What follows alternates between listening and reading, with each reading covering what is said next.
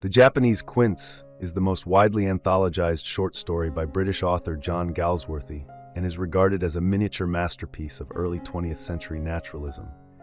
At just over 1,000 words, the story offers a poignant character sketch of Mr. Nilson. Despite its brevity, the narrative is rich with imagery, symbolism, and social critique. The story begins with Nilson feeling an unusual sensation in his throat and chest as he starts his morning routine in his dressing room in a fashionable London neighborhood. Though he finds the feeling peculiar, he cannot explain it and tries to dismiss the discomfort while gazing out at the garden he shares with neighboring houses. A small, fully blossomed tree catches his attention. Nilson, preoccupied with stock prices, briefly examines his reflection in a mirror, reassured by the sight of his healthy-looking eyes.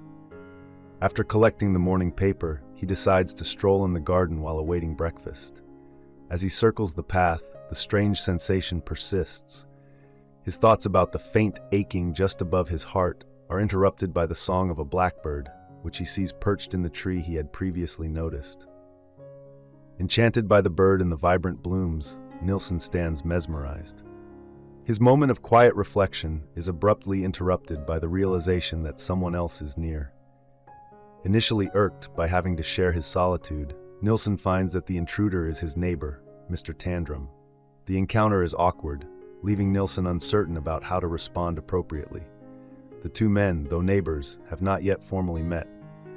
The narrator describes Mr. Tandram using the same words previously applied to Mr. Nilson, highlighting their striking similarity, though Nilson remains unaware of this resemblance. After some brief conversation about the weather, the focus shifts to the tree. A plaque identifies it as a Japanese quince, an exotic flowering ornamental. The men engage in a routine exchange about blackbirds and flowering trees, gradually warming up to each other. Tandram regards Nilson in an almost friendly way, and Nilson considers Tandram to be a nice fellow. As they both admire the tree, it seems to respond to their appreciation, quivering and glowing while the blackbird continues its song. However, the mood shifts abruptly when Nilson suddenly feels vulnerable and exposed.